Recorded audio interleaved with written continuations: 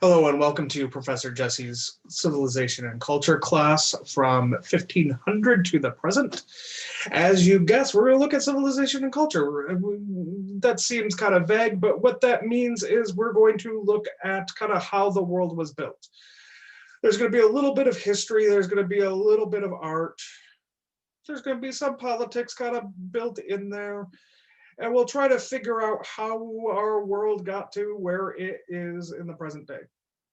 We'll look at some of the classic literature. We'll look at some of the paintings of the eras that kind of defined the culture, basically what people were talking about at the time.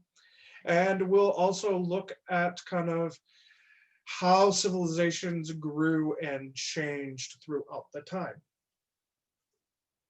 Where we pick up history in the 1500s, we start to see kind of imperialism, kind of this idea of civilizations kind of moving outside of their little boundaries, kind of taking more of a global approach. Yeah, you had the Greek Empire and the Roman Empire that were pretty imperialistic, but they reached, like Roman Empire reached from England to probably, maybe not quite Turkey. So like the Western world, but that's not enough to say that they conquered the world. They conquered the world according to them at the time.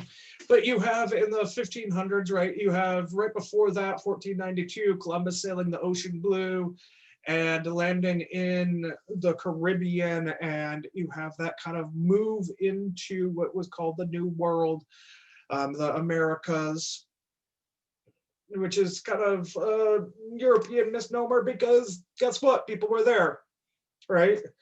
They had their own civilization and culture. And we'll talk a little bit about how those cultures interact with that. And we see exploding in through the 1700s, we see the Dutch and we see the English really expanding their empire all throughout Asia, into Africa, and even into South America. The French and the Dutch would primarily be the Portuguese also into Brazil. We'll also talk about kind of why this has happened, why this isn't continuing to happen, and kind of how our world has been shaped. But before we get into all of that fun stuff, we kind of need to understand where the kind of Western mind was at this point. In the 1300s, 1400s, we had the establishment of feudalism, which is this understanding that you kind of have a serf and you have a lord and you have vassals and you have dukes and all of this fun stuff going up to the king. What really was happening is that the king would grant land to a lord who would then grant land, and they would then have serfs, peasants, farming that land for them. The serfs would not really get anything out of the deal, kind of like an indentured servant type deal where they would have to do the work. They kind of got a little bit, they had a home, a hut, whatever, with a little bit of food. But the majority of their labor went up the chain in the form of taxation and product. And then that person took their chunk and then it went up to the king, and you kind of had this split off responsibility locally. You had kind of the king governed the whole kingdom, but kind of the lords were supposed to be taking care of their own area. And you definitely see that in England, but France and Germany also at the time in the 1400s. So you kind of have the rich getting rich, the poor staying poor. We can kind of draw parallels to today. And we kind of still have this. But there was no real way for upward movement unless you kind of married up, but that was seen as a poor choice for the person marrying down, and so it rarely happened. Inside of that world, you had the Catholic Church kind of ruling the religious life of all the people in kind of Western Europe. Western Europe, kind of Germany, over into Great Britain, France, Spain, all of Portugal, all of that. The Catholic Church had grown in its stature and had gotten to a point where it was starting to see people who wanted power, usurping power and claiming to be kind of sent by the church and good Catholics and all of that, while exploiting the people and not really following the religious doctrines of the time. We will talk about in a little bit the Protestant Reformation and how that changes things right in the front end of the 1500s.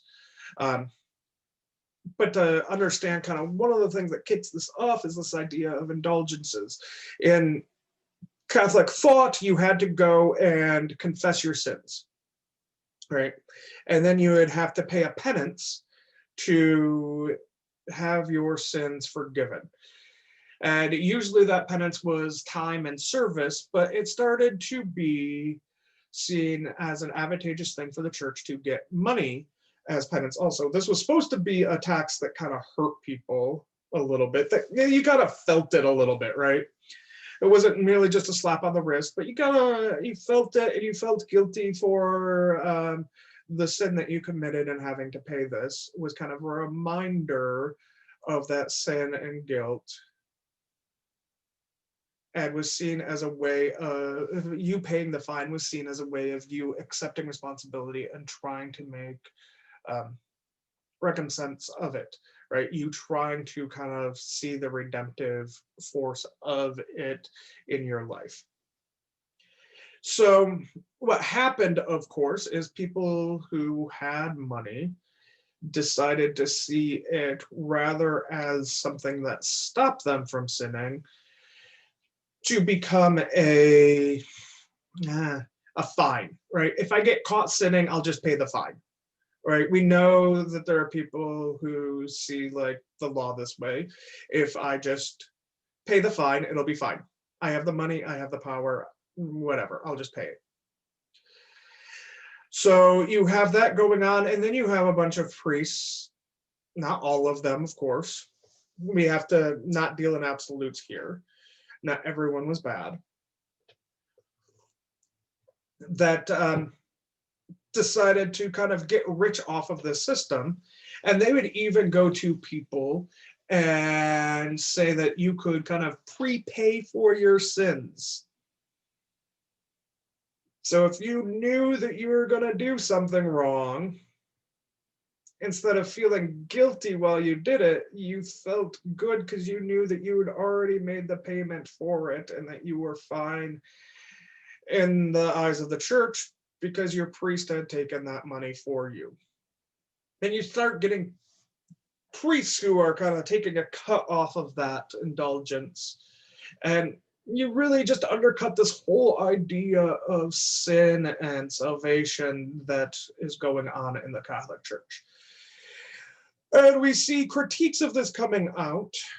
Martin Luther in the 1500s wasn't the first one. We have critiques coming out, and we see that, like in Dante's Inferno, the Italian poet and politician wrote the Inferno, the Purgatory and Paradise, the Divine Comedy. And inside of the Inferno, which is a trip with the ancient poet Cicero through the layers of hell, we see him running into various religious leaders, including some popes that he put in hell because they did not defend the Catholic faith, and they made a mockery of the faith, and they harmed people. So you see critiques coming out already before the 1500s.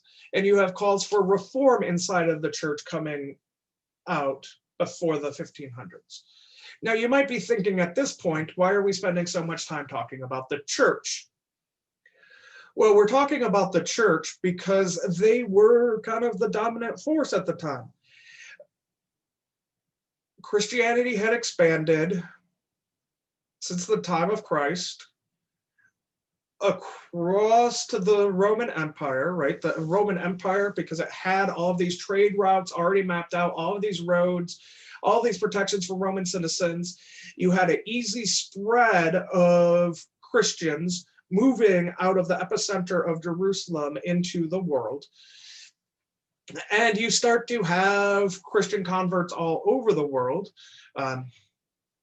There's some fairly early convert stories in China, like 700 or so. Some would even say even back to 300 AD. But in around 300 AD, you have the rise of Constantine in the Holy Roman Empire, what's going to be the HRE. And he converts to Christianity, and then he declares Christianity to be the dominant religion, the official religion of his empire.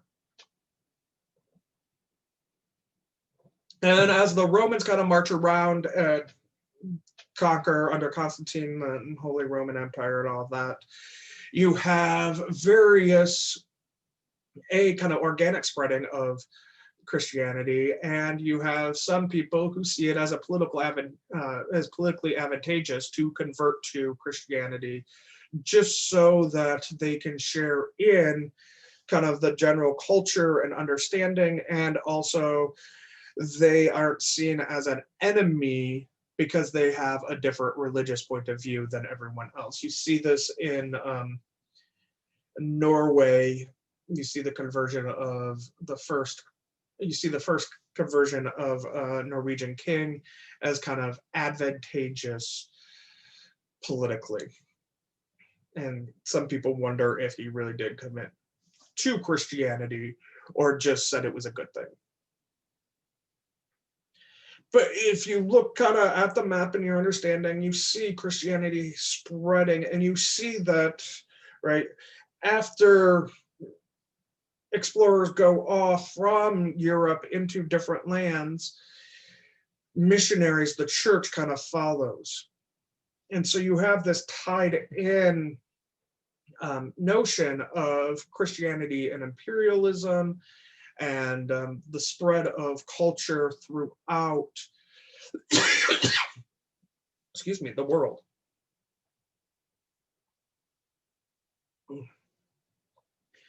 You have this, so we understand now that kind of Christianity may be globally on a decline, right? We see a lot of European nations not really being as religious as they used to be, not kind of holding to their religious understandings in or making such a big deal of it in their politics. But you also see in the United States, right, we haven't had a president who hasn't claimed to be a Christian, right? With Biden being elected and sworn in this week, we have our second Catholic president, but everyone else has been at least lip service to Christianity, right? We have religious language that was introduced in 1950 and "In God We Trust" and "One Nation Under God" and all that fun stuff. So we need to understand kind of how we got here. And so we'll talk a lot about the church. We'll critique the church, but not to tear it down necessarily. We will critique kind of critiques of the church. We'll try to see which side kind of has the right understanding. But really what we're looking at is how the climate of the culture was shaped. How did we get where we are? So we'll start kind of in the Reformation, where Martin Luther famously nails the 95 Theses to the church door and kind of kicks off a revolution, at least in the spiritual world, which then also kicks off a revolution politically, as you have Protestant princes and kings and Catholic princes and kings fighting against each other. We'll see how that all works out. And we'll kind of go into this understanding of where we are today. Hope that all makes sense. And I'll post a discussion question momentarily.